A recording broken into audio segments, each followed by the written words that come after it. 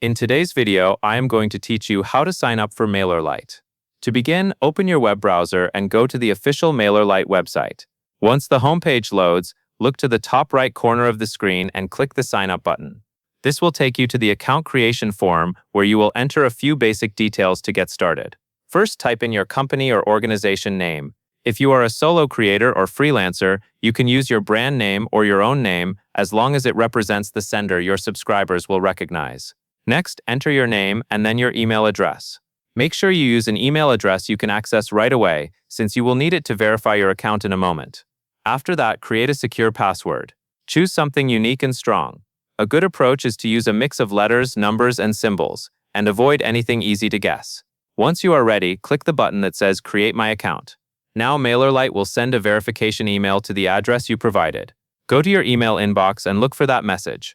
If you do not see it within a minute or two, check your spam or promotions folder as well. Open the email and click the link that says Verify Email Address.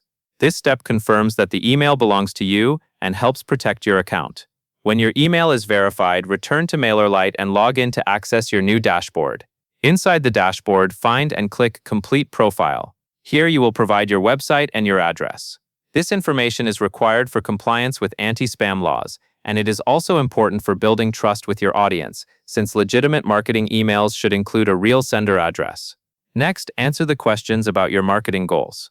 These prompts help Mailerlite tailor the setup to your needs, so take your time and choose the options that best match how you plan to use the platform. Finally, click Save to finish setting up your account. At this point, your Mailerlite account is ready to use, and you can start working from your dashboard.